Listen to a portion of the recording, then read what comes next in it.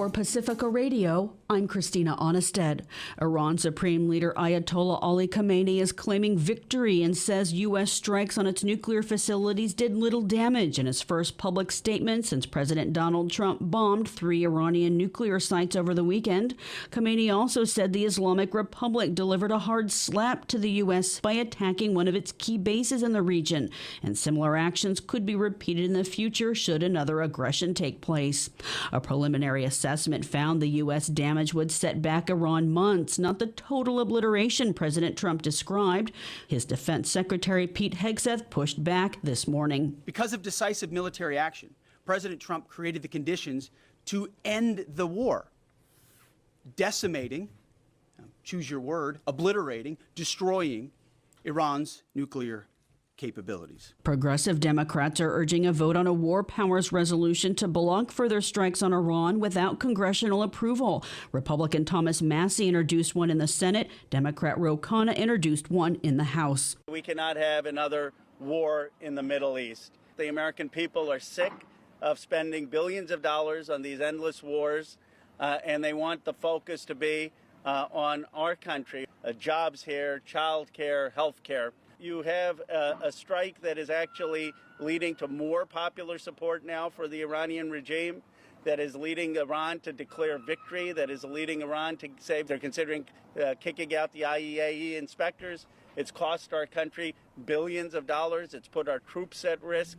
It has made us more entrenched in the Middle East. He says the House will take up the war powers resolution by mid-July, but President Donald Trump isn't fazed by opposition, posting a music video celebrating the bombings on social media.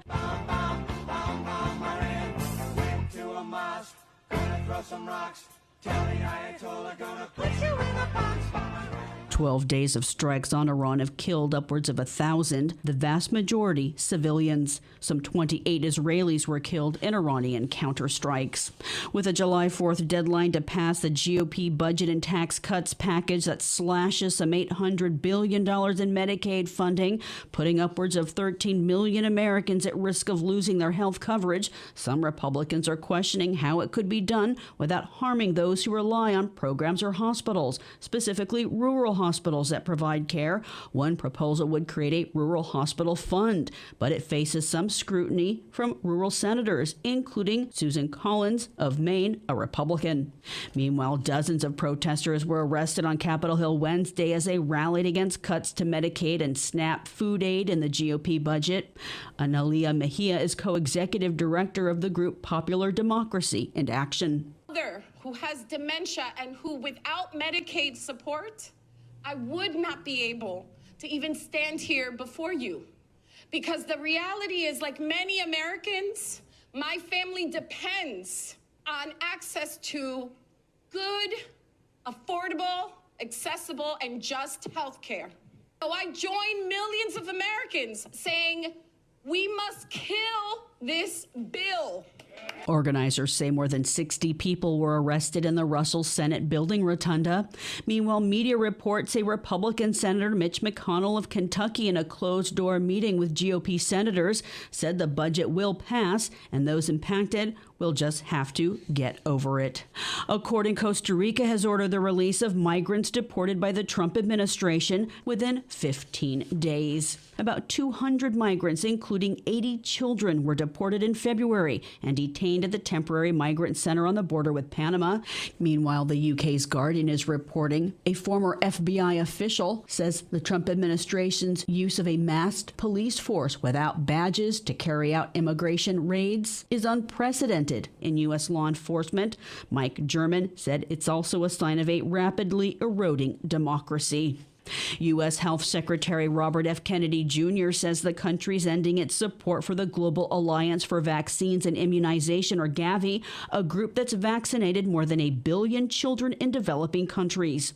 The United Kingdom also said it's cutting its support.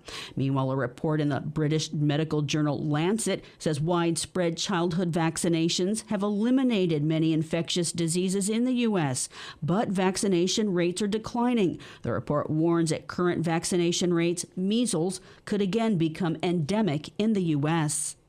Israeli forces killed 90 Palestinians seeking humanitarian aid in Gaza. More than 550 Palestinians have been killed seeking aid since the U.S. and Israeli-backed Gaza Humanitarian Foundation took over aid distribution efforts about a month ago. And half the country, sweltering under a massive heat dome, should have some reprieve starting today, after at least 50 heat records were broken and 21 places hit triple-digit temperatures, affecting nearly 200 million Americans. I'm Christina Onnested reporting for Pacifica Radio.